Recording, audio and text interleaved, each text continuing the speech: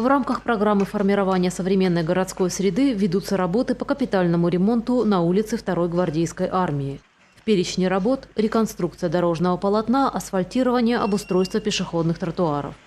Подрядчиком на объекте выступает компания «Крымдорстрой», которая уже привела в порядок 2 городские улицы – Фестивальную и Крымскую. На сегодняшний день выполнены работы по планированию пешеходных зон, установлены бордюры. Установлены основная часть бордюров. Также сделана подготовка под тротуарную плитку. Здесь, в отличие от Крымской и Фестивальной улицы, тротуары будут уложены плиткой, а заезды будут заасфальтированы. Общая протяженность улицы около 500 метров. В рамках реконструкции планируется благоустройство прилегающей территории вокруг памятного знака. По уверению строителей, сложностей в ремонте этой улицы нет. Ежедневно на объекте задействовано около 15 человек рабочих и 10 единиц тяжелой техники. Мы делаем подготовку под бордюры. Также в ближайшем будущем будет фрезерование производиться для того, чтобы уже была подготовка под основной асфальт. Также в перечне работ ремонт уличного освещения, установка урн и лавочек, озеленение улицы.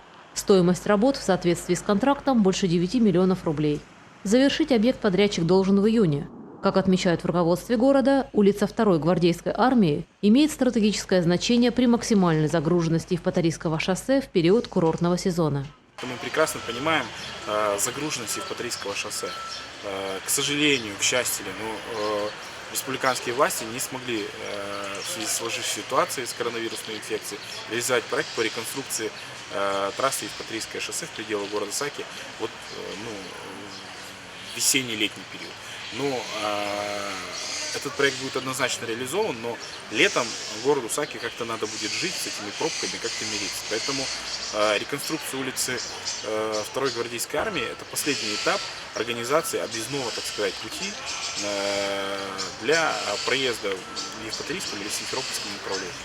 При завершении работ на 2-й гвардейской армии предусмотрен весь комплекс мероприятий, направленных на обеспечение безопасности дорожного движения, в том числе и на улице Вокзальной. Помимо дорожных знаков ограничения скорости, здесь установят несколько лежачих полицейских.